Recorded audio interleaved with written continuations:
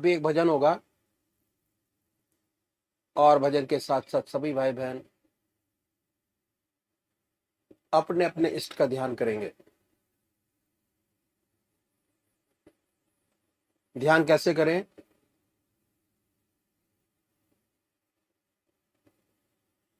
अखिल भारतीय संत मत सत्संग की तरीकत मैं आपके सामने रखता हूं।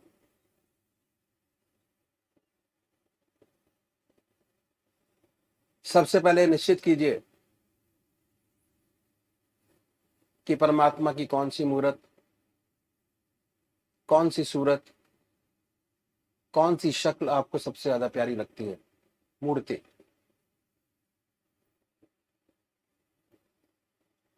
किसी से पूछने की जरूरत नहीं, अपनी आत्मा से प्रश्न कीजिए कि भगवान का वो स्वरूप जो आपको सबसे ज्यादा प्यारा लगता है उसको चुने।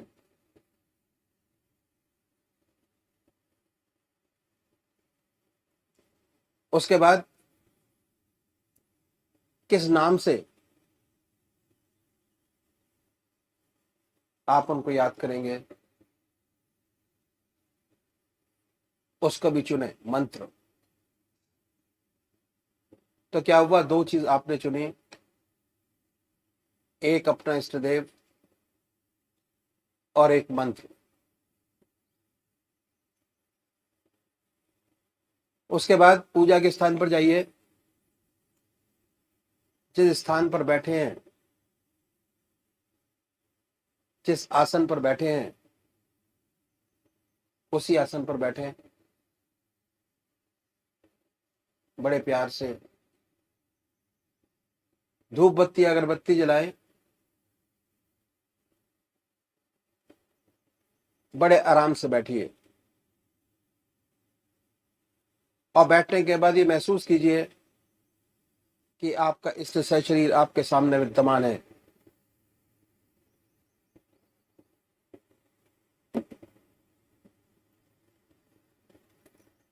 सशरीर भावना से अपने इष्ट को अपने सामने बनाए। बड़ी बड़ी आंखें हैं, गोल चेहरा है, जटाएं हैं, सर्पों की माला है। ख्याल से बाई थॉट उसमें इतने लीन हो जाए कि जब तक आप ध्यान करते हैं तब तक और कोई विचार और ख्याल ना आए। पर आएगा, उन विचारों को हटाएं, फिर अपने इष्ट देव की मूर्त अपने सामने बनाएं। फिर हटाइए, अपने इष्ट देव की मूर्त अपने सामने बनाएं।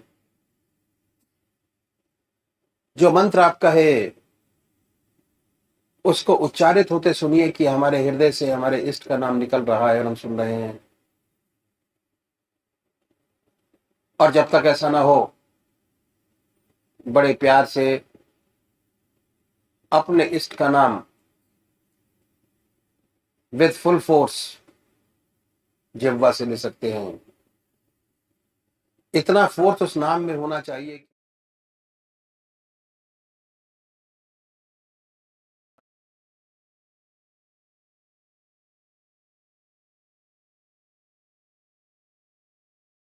ध्यान करें, बड़े आराम से बैठिए, बड़े प्यार से। उसके बाद ये महसूस करें कि हमारे हर दिल की धड़कन पर जो नाम आपने चुना है वो निकल रहा है।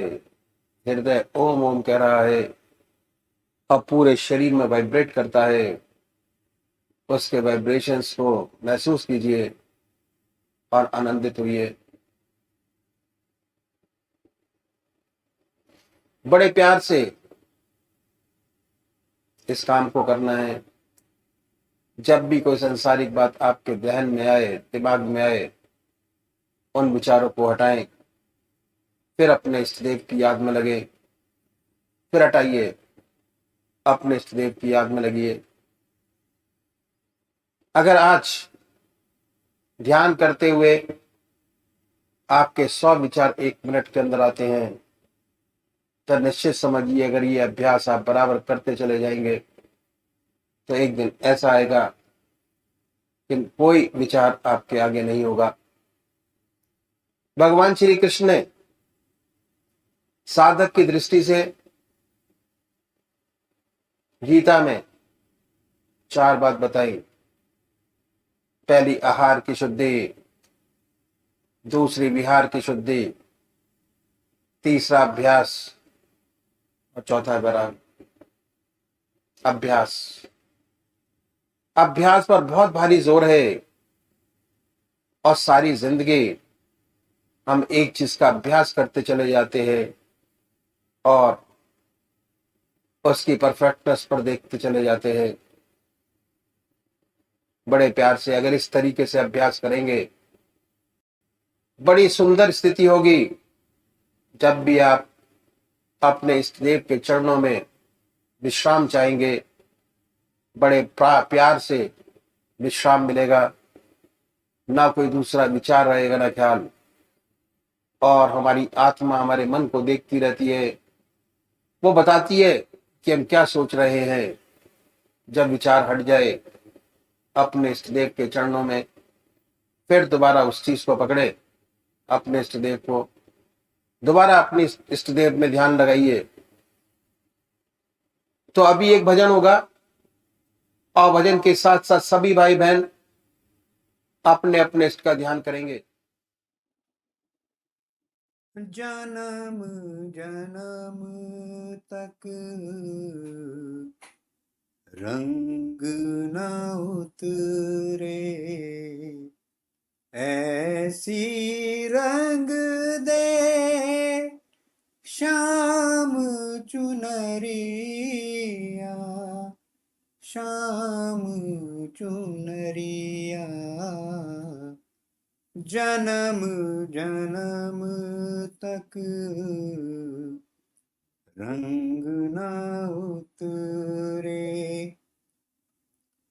रंग न जिस पर चढ़े दूसरा, और न जो फीका पड़ जाए, उसी प्यार के रंग में रंग दे। जो दिन दिन दूना गहराए, जिसके रहते ढले न यौवन, भार न हो कभी उमरिया। जन्म जन्म तक रंग न उतरे। हर दर्पण तेरा मुख देखे, हर मुख में तेरी ही छाया, सांसों में वो सिसकी भर दे, निस दिन प्राण रहे अकुलाया, नींद न आए जन्म जन्म तक, ऐसा आंजन आंज दे अखियां। जन्म जन्म तक रंग न उतरे। आज वही धुन छेड़ मधुरतम, जाग उठे यादों का मधुवन, ब्रह्मनाद में ऐसा डूबूं, टूट जाए माटी के बंधन, सुध न रहे मेरे तन मन की, ऐसी आज बजा रे बांसुरिया, जन्म जन्म तक रंग न उतरे, ऐसी रंग दे श्याम चुनरिया, श्याम चुनरिया, जन्म जन्म तक रंग ना उतरे। परमात्मा तू ही है।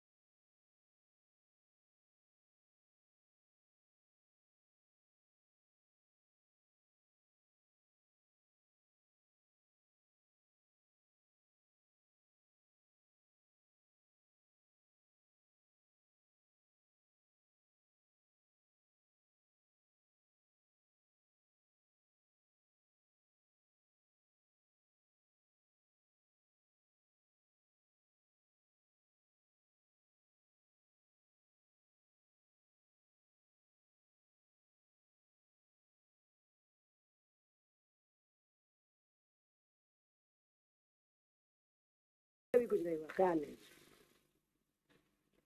ये सत्य निष्काम कर्म है, ख्याल तक नहीं हुआ। और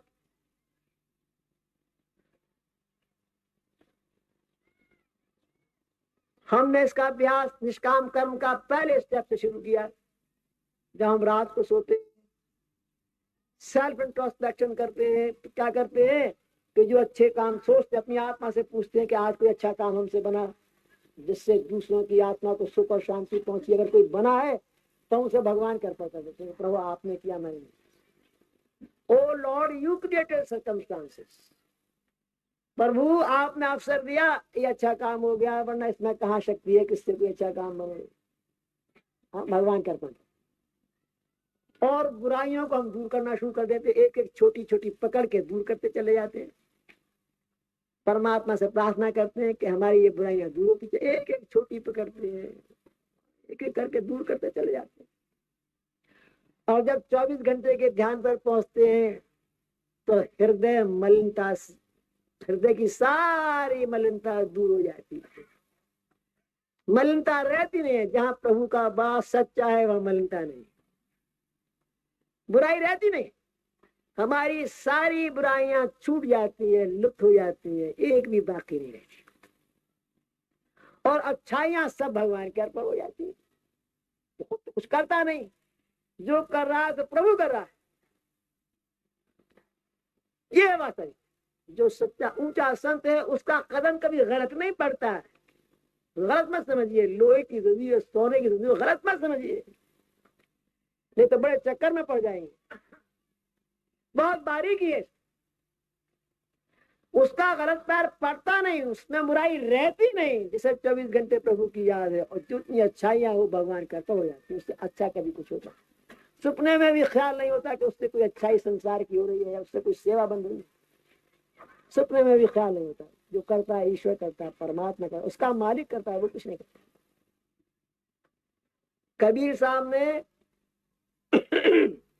संत महात्माओं, योगी और यतियों के लिए एक बहुत सुंदर बात कही। He was a very great saint। और मैं उनका नाम इसलिए लेता हूं कि कुछ उन्हें मुसलमान कहते हैं, कुछ हिंदू कहते हैं। हिंदुओं में तो भक्तमाल अगर आप पढ़ें तो ऐसे हजारों संतों की गाथाएं हैं जो आंसू आपके निकल निकल के रह जाए। भक्तमाल पढ़िए, मैं संतों की गाथाएं आंसू बह बह के रह जाए। कबीर साहब का नाम मैं इसलिए लेता हूँ कि मुसलमान उन्हें मुसलमान कहते हैं, हिंदू हिंदू कहते हैं। ऐसा व्यक्ति इसलिए मैंने छाटा। कबीर साहब ने कहा है संतों, योगियों, यतियों के लिए क्या कहा है कि नाहक मूल गवाइया जो आप बना करता है, और उससे संसारी भला जो सदा रहे डरता। नाहक मूल गवाइया जो आप बना करता। बड़े भारी योगी हैं, यति हैं, बड़ी तपस्याएं आपने की हैं, अगाध तपस्या के बाद रिद्धियां सिद्धियां प्राप्ति हैं। और अगर उन रिद्धि सिद्धियों के द्वारा आप संसार की सेवा कर रहे हैं, खुद ये समझते हैं कि आप कर रहे हैं, युवा दीदी है, आप संसार का कल्याण कर रहे हैं, संसार की भलाई कर रहे हैं, तो आपने सरा से इंटरेस्ट के लिए, थोड़ी ख्याति के लिए अपना सब कुछ बर्बाद कर लिया, प्रिंसिपल भी बर्बाद कर लिया। अगर ऐसा विचार सच्चे भक्त के तो सपने में भी ख्याल पैदा नहीं होता कि उससे कभी कुछ होता है। उसका हृदय तो प्रभु के चरणों में लगा रहता है, उसका मालिक ही करता है जो कुछ करता है।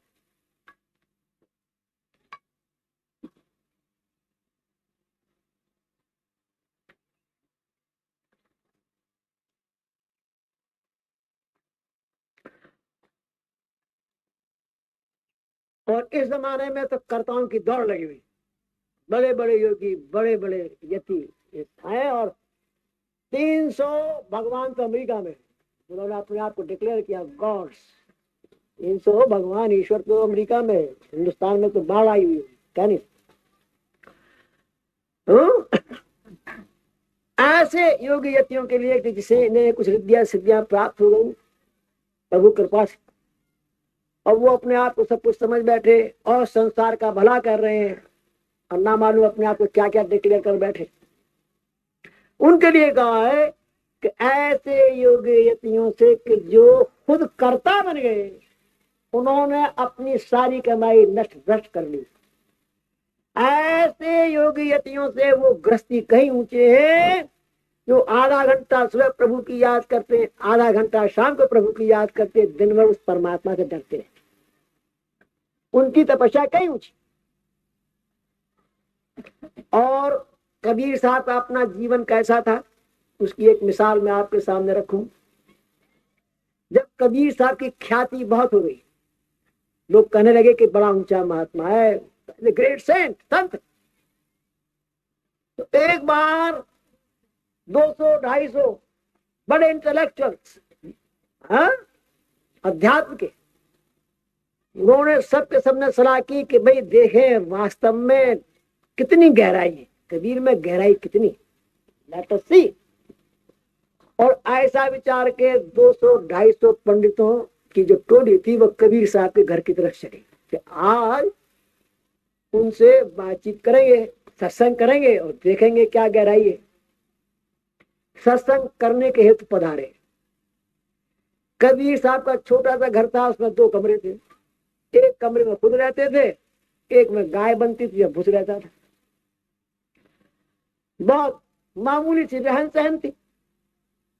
जब उन्होंने देखा कि ये 250 व्यक्ति चले आ रहे हैं, तो उन्होंने सोचा कि भाई आज तो बड़ी मुसीबत पड़ी और आज यही रहे कि मैं तो इनका अतिथि सत्कार भी नहीं कर सकूंगा, मेरे पास तो 250 गिलास भी नहीं है और इतनी जल्दी मैं अरेंजमेंट भी नहीं कर सकता। कहाँ से घबरा गए और अपनी धर्मपत्नी से बोले कि हे देवी तू भगत लेना, मेरे बस की बात नहीं है। और भूस की कोठरी में झागू से और अंदर से किवाड़ बंद करके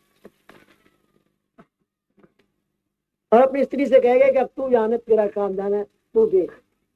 धीरे धीरे अब स्त्री दरवाजे पे जाए खड़ी हुई देख रही है कि भीड़ तो उधर ही आ रही है, उन्हीं के दरवाजे की तरफ चली आ रही है। आंसू लुढ़क रहे, डुल डुल डुल के परमात्मा इज्जत रखने वाला है, पति भी साथ छोड़ गया और सारी जिम्मेदारी मेरे ऊपर छोड़ गया। आंसू लुढ़क रहे आंखों में, दरवाजे पे खड़ी है बेचारी। जब नजदीक आए तो क्या देखते हैं कि उस भीड़ के पीछे एक बैलगाड़ी आ रही, और जब वो भीड़ आई तो उसके पीछे पीछे बैलगाड़ी भी दरवाजे पर रुक गई। और बैलगाड़ी में क्या देखती है कि जो गाड़ी हाँकने वाला है उसके पीछे कबीर साहब स्वयं बैठे और गाड़ी सब सामान से भरी पड़ी है, खाने पीने का बर्तन, जो जिसकी आवश्यकता है सब चीजें उसमें मौजूद है गाड़ी। अब ये बड़ी चौकी कि मेरे घर का दरवाजा एक है, बराबर मैं यहाँ खड़ी हूँ, कबीर साहब ने तो उसकी कोठरी अंदर से बंद कर दी, ये निकल के इधर से भागा और जाने के बाद कहां से इतना इंतजाम कर, कौन इसे ऐसा सेठ मिल गया जो फटाफट सारा इंतजाम कर दिया। बड़ी चकित है, कह कुछ नहीं सकती है तो कबीर साहब। गाड़ी रुकी, सामान उतरा और कुछ जो आए थे उन्होंने मदद की, 1-2 व्यक्ति गाड़ी पर सबने मदद करा करके और खाने पीने का सामान भी तैयार हुआ। सत्संग भाई आए तो सबने मदद की, उधर खाने पीने का सामान तैयार हुआ, उधर सत्संग प्रारंभ हुआ। सत्संग होने लगा, बड़ा ऊंचा सत्संग, हर एक इंटेलेक्चुअल वेल सेटिस्फाइड, हृदय में कन्विंस्ड जो कह रहे हैं बिल्कुल सत्य है। इतना कन्विक्शन हर एक को हुआ। फिर भोजन मिला, आध्यात्मिक भोजन मिला और खाना भी अच्छा मिला। अच्छी प्रकार जब निवृत्त हो गए और जब चलने लगे तो सब मिलके कबीर साहब की बड़ी तारीफ करने लगे। क्या कहने भाई, जैसा सुना उससे कहीं ऊंचा पाया, बड़ा रिद्धिसिद्ध पुरुष है, क्या कहने। जब ये तारीफ कर रहे थे तो जो असली कबीर साहब थे वो तो भूस की कोठरी में बंद थे। जब उन्होंने ये तारीफ सुनी तो उनसे नहीं रहा गया कि बोले कि आज सारा बर्बाद हुआ, आज जिंदगी की सारी कमाई गई। फट से दरवाजा खोला, कूद पड़े, ये कूदे और वो गायब हो गया जो अब तक था। अब ये रो रहे हैं, सबके चरणों में गिर रहे। हाँ, और क्या कह रहे, ना कुछ किया न कर सका, ना कुछ किया न कर सका, ना कुछ किया शरीर, शरीर से ही मैं आपकी कोई सेवा नहीं कर सकता। ना कुछ किया न कर सका, ना कुछ किया शरीर, और जो कुछ किया सो हरि किया। और कहत कबीर कबीर, आप मेरे पे क्यों लांछन लगा? जो किया परमात्मा ने किया, उस हरि ने किया, मैंने तो कुछ किया नहीं, मैं शरीर से भी कुछ नहीं। रो रहे हैं, बिलक रहे। और ये लोग बड़े प्रकार, कितनी ह्यूमिलिटी है। तो ये है सच्चे भक्त। ऐसी निष्काम कर्मता जब आ जाती है, इसमें स्थिति हो जाती है, तो परमात्मा का सच्चा ब्लिस, सच्ची कृपाधार पृथ्वी को उतरती है, जिनसे साधकों की आत्माएं सिंच जाती हैं, प्रेम से भर जाती हैं, प्रभु के प्रेम में भर जाती है। फिर वे प्रभु के प्रेम में सराबोर हो जाते। वो कृपाधार प्रभु की उतरती है। ऐसा जब निष्काम कर्म में आरूढ़ता पैदा होती, ये है सच्ची निष्काम कर्म। मुझे एक और संत का किस्सा याद आ गया। वो भी मुसलमान संत थे, रहीम साहब। रहीम साहब की साखी आपने पढ़ी होगी। जब हम छोटी क्लास में थे हिंदी में, तो उनकी साखियां पढ़े, बड़ी प्यारी प्यारी साखियां। भगवान कृष्ण के बड़े अनन्य भक्त थे, और उनका ये उसूल था कि हर बृहस्पति के दिन दान करते थे, हर बृहस्पतिवार के। और दान की ये सिर्फ थी कि जो जो मांगता उसको वो ही देते। खाना मांगता खाना, कपड़ा मांगता कपड़ा, पैसा मांगता पैसा। और जितना देते उतना जमीन में और झुके चले जाते। बड़े जैसे बड़ा शर्म और लज्जा से सिर झुका चला जा रहा। एक कवि उनके इस दान करने के तरीकों को देख रहा है, उससे निराश है। वो रहीम साहब के पास आया, उसने कहा कि रहीमन सीखी कहा दैनी तुम ये देन, जो जो ध्यान तिहारो पड़े त्यों त्यों नीचे ने। कहा ये सीखा तरीका दान करने का। जितना अधिक देता है उतना ही और लज्जा के मारे पृथ्वी में घुसा चला जाए। दुनिया तो साइन बोर्ड लगाती है, बड़े बड़े अखबारों में निकालती है, बड़े बड़े पत्थर लगाती है। कोई पंखा भी देता है तो उसमें भी लगा देता है कि इसकी स्मृति में दिया गया। तू एक देता है और झुका चला जा रहा है, जमीन में पृथ्वी में गा चला जा रहा है। कहां से सीखा ये तरीका तेने दान करने का?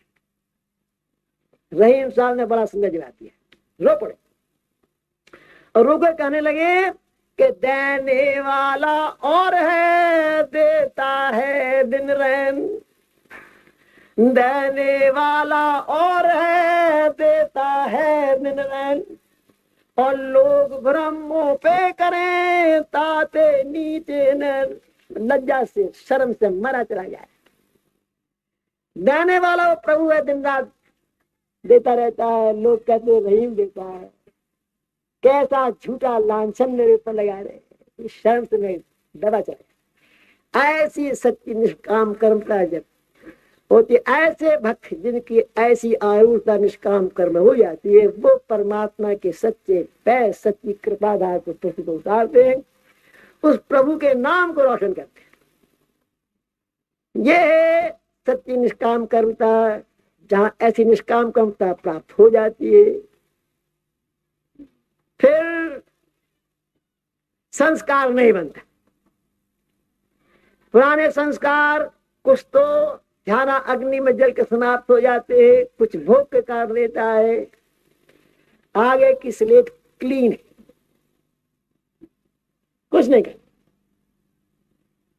संस्कार नहीं बना। हाँ, मुक्त है, जीवन मुक्त होकर विचरता है, जीवन मुक्त है। ये है सच्ची ऊंची अवस्था। हाँ, इसी जीवन में जीवन मुक्त। ये ऐसी निष्काम कर्मता। मुझे एक किस्सा और याद आया। निष्काम कर्म जो है बड़ी कठिन चीज है, आसान नहीं, वेरी डिफिकल्ट। और मैं एक कहानी आपके सामने रखूंगा। उस कहानी के बारे में ये मत सोचिएगा कि ऐसा कैसे और ऐसा कैसे है। अगर इन बातों के चक्कर में पड़ जाओगे तो कुछ हाथ नहीं लगेगा। आप जो उसका सारांश है उस कहानी का, उसको पकड़िए और उससे फायदा उठाइए। एक राजा था, बड़ा विद्वान था, उसने बहुत अध्ययन किया और वेदांत का बड़ा अध्ययन किया, और अध्ययन करने के बाद इस निर्णय पे पहुंचा कि गुण गुणों में बरत रहे, प्रकृति प्रकृति में बरत रही है, आत्मा तो स्वच्छंद है, आत्मा कुछ करता नहीं। Soul is only a seer not a doer, करती कुछ नहीं है, आत्मा कुछ नहीं करती। उसने पढ़ लिया, लिख लिया, और जब आचरण जो था वो उसका ऐसा था कि जब अच्छे काम करता और दूसरे तारीफ करते तो उसे बड़ी खुशी हासिल होती है, क्या बड़ी प्रेज हो रही है, इज्जत मिली।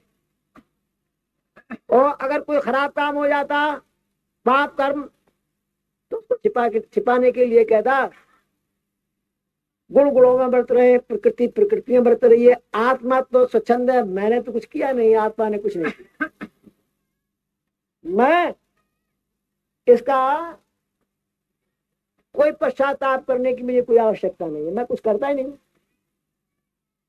ये उसका रवैया था, चलता रहा, और वो अपने आप को बहुत श्रेष्ठ आध्यात्मिक व्यक्ति भी मानता रहा कि भाई मैं बड़ा श्रेष्ठ आध्यात्मिक व्यक्ति हूँ, बड़ा ज्ञानी हूँ, सच्चा ज्ञान मुझे है। एक बार क्या हुआ कि राजा शिकार खेलने गया, शिकार खेलने जाते हैं, शिकार खेलने गया, सुबह से शाम तक उसने बहुत दौड़ धूप की, लेकिन कोई शिकार हाथ नहीं लगा, एक खरगोश भी नहीं मरा, चीता शेर की बात तो अलग। तो सोचने लगा कि अब मैं जब लौट के जाऊंगा तो मेरे मिनिस्टर्स भी मजाक बनाएंगे, मेरी रानियां भी मजाक बनाएंगे कि खाली लौट आए। मैं सोच में पड़ गया क्या करना चाहिए, ये सोच विचार रहा था। सायंकाल हो चुकी थी, सूरज छिप गए थे, थोड़ा थोड़ा उजाला सा था, छुटपुटा सा। एक नील गाय, जंगली तालाब होते पूंछ जिनको कहते हैं, जोहर पानी की, उसमें जल पीने आई, नील गाय, जंगली गाय। और वो जब पानी पीने लगी तो उसकी आवाज नहीं। इस राजा ने सोचा कि कोई शेर चीता ही होगा, रात में ऐसे बियाबान जंगल में कोई खूंखार जानवर पानी पी रहा है, अगर मैं गया तो मेरी पैर की आहट से भाग जाएगा, इसलिए शब्द वेदी बाण लगा। तो उसने शब्द वेदी बाण लगाया। शब्द वेदी बाण का लगना था, गाय रंबा के गिर पड़ी, और गाय के रंबाने की आवाज हुई तो इसके कलेजे पर चोटी पहुंची, अरे तो गौ हत्या हुई, भाई मर गई। आया तो आके उसने देखा कि एक नील गाय तीर खाए पड़ी। इसने तीर निकाला, गाय ने प्राण छोड़ दिए। उसके बाद जो गौ हत्या थी, उसने कहा कि भाई राजन तू पश्चाताप कर, नहीं तो अपने पाप को भुगत, मैं तेरे सिर पर सवार। तो राजा बोला कि मैंने कुछ नहीं किया, मैं तो आत्मा हूं, मैं कभी कुछ करता ही नहीं, प्रकृति प्रकृति में बरत रही है, गुण गुणों में बरत रहा है, मैंने न पुण्य किया न पाप किया, मेरा तो कोई वास्ता। अब गौ हत्या क्या करे? तो अच्छा वो भगवान जी के पास गए कि विष्णु भगवान के पास गए कि प्रभु एक ऐसा राजा है, तीर से मुझे मार दिया और कहता है कि गुण गुणों में बरत रहे, प्रकृति प्रकृति में बरत रही, आत्मा तो कुछ करता नहीं, मैंने तो कुछ किया नहीं, मैं तुझे लेने के लिए तैयार नहीं। अब प्रभु बताओ मैं कहाँ जाऊं? भगवान ऐसा कोई बात। भगवान ने उसको ब्राह्मण का रूप दिया, गौ हत्या, और अपने आप भी ब्राह्मण का रूप धारण किया। अब ये दोनों बहुत सुंदर ब्राह्मणों का स्वरूप धारण करके और राजा के राज में पहुंचे। दरबार ने खबर दी कि बहुत बड़े विद्वान दो पंडित कहीं बाहर से आए और आपसे मिलना चाहते हैं। उनका लाइए। जब अंदर घुसने लगे तो राजा भी चौंका, करे ये तो बड़े दिव्य मूर्तियां हैं। तो फौरन राज सिंहासन छोड़ के आया उनका आगमन करने के लिए, आगमन किया, उन्हें एक स्पेशल महल में ठहराया, बड़ी आवभगत की। और जितनी आवभगत करता रहा और उनके तेज से, उनकी विद्वता से और भी श्रद्धा उसमें बढ़ती रही। और दूसरे तीसरे दिन ही उसने ही प्रार्थना की कि प्रभु आप चलिए, मेरी राजगद्दी को पवित्र करिए, उस पर आप राजी। तो नहीं ना राजन, वो तो तुम्हारी थी। नहीं नहीं महाराज, आप मेरे ऊपर कृपा करिए, पवित्र कर दीजिए मेरे राज। ब्राह्मणों को राजा ले गया अपनी गद्दी पर, अपने आप नीचे बैठा गद्दी पर, उनको बैठाला, सारा दरबार बुलाया, बहुत इज्जत, इतनी इज्जत दी। तो ब्राह्मणों ने कहा कि राजन, हमने आपकी बड़ी प्रशंसा सुनी है, बड़ी तारीफ सुनी है कि बड़ा धार्मिक राजा है और प्रजा की बड़ी सुंदर सेवा करता है। हमने आपकी बड़ी ख्याति सुनी है, हम आपका राज देखना चाहते हैं, राज की विशेष चीजें कुछ हमें दिखलाइए। तो बहुत अच्छा महाराज, किसी मिनिस्टर को हमारे साथ भेजोगे? नहीं, मैं स्वयं आपके साथ। राजा स्वयं उन ब्राह्मणों को ले गया पहले भगवान कृष्ण के मंदिर में। भगवान कृष्ण का उसका इष्ट, बहुत प्यारा मंदिर बनवाया था, लाखों रुपया लगा के मंदिर बनवाया। उस जमाने के लाखों की, बहुत आज के तो करोड़ों के बराबर लगा के, बड़ी लागत लगा के बहुत सुंदर मंदिर बनाया था। उसके साथ एक बहुत बड़ी स्टेट लगा दी थी, 3 पुजारी रखे थे, 8-8 घंटे की ड्यूटी लगा दी थी, 24 घंटे मंदिर खुला रहता, तरह तरह का नैवेद्य चढ़ता, भगवान की पोशाक, 52 तरह की पोशाक प्रभु को पहनाई जाती, बदल बदल के, बड़ा भारी। इन ब्राह्मणों ने मंदिर देखा, बहुत प्रसन्न हुए, बहुत खुश हुए। क्या करने राजन, जैसा सुना वैसा पाया, खूब प्रभु का मंदिर बनवाया है, बहुत सुंदर। फिर उसके बाद में जो विष्णु भगवान थे, रूप लिए ब्राह्मण का, बोले कि वो सामने जी मंदिर मालूम होता है कि हाँ वो भी मंदिर है, भाई उसे भी देखे। हाँ वो भी देखिए। वहां सामने गए तो इतना अच्छा नहीं था, था तो अच्छा, इंतजाम यहाँ भी अच्छा था।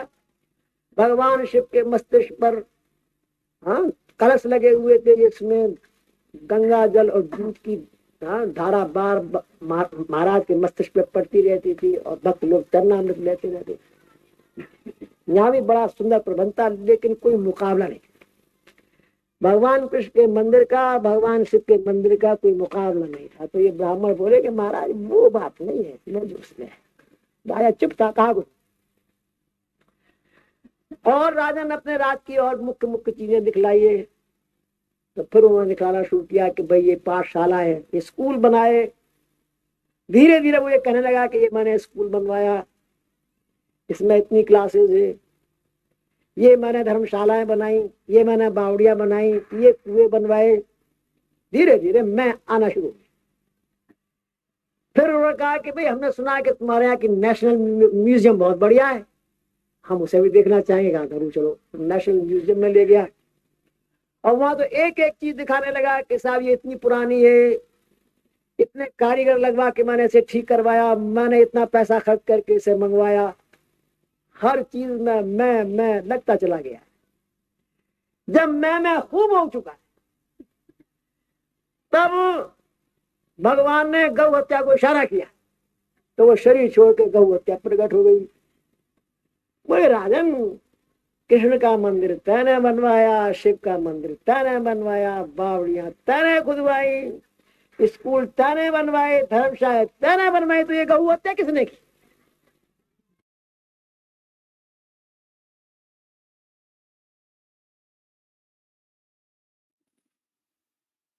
जन्म जन्म तक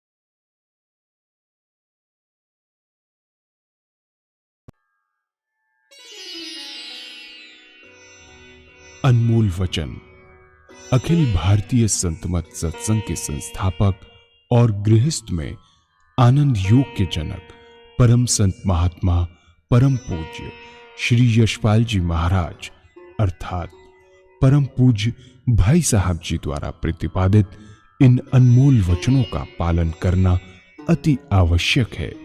ये वचन हमारी गृहस्थ आध्यात्मिक साधना के लिए मूलभूत सिद्धांत हैं, जो इस प्रकार हैं।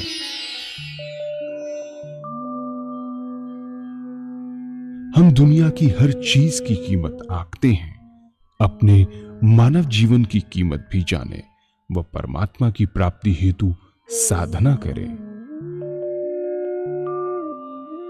मनुष्य योनि एक उपहार है, इसीलिए परमात्मा को धन्यवाद देते हुए आधा घंटा प्रातःकाल, आधा घंटा सायंकाल पूजा अवश्य करें।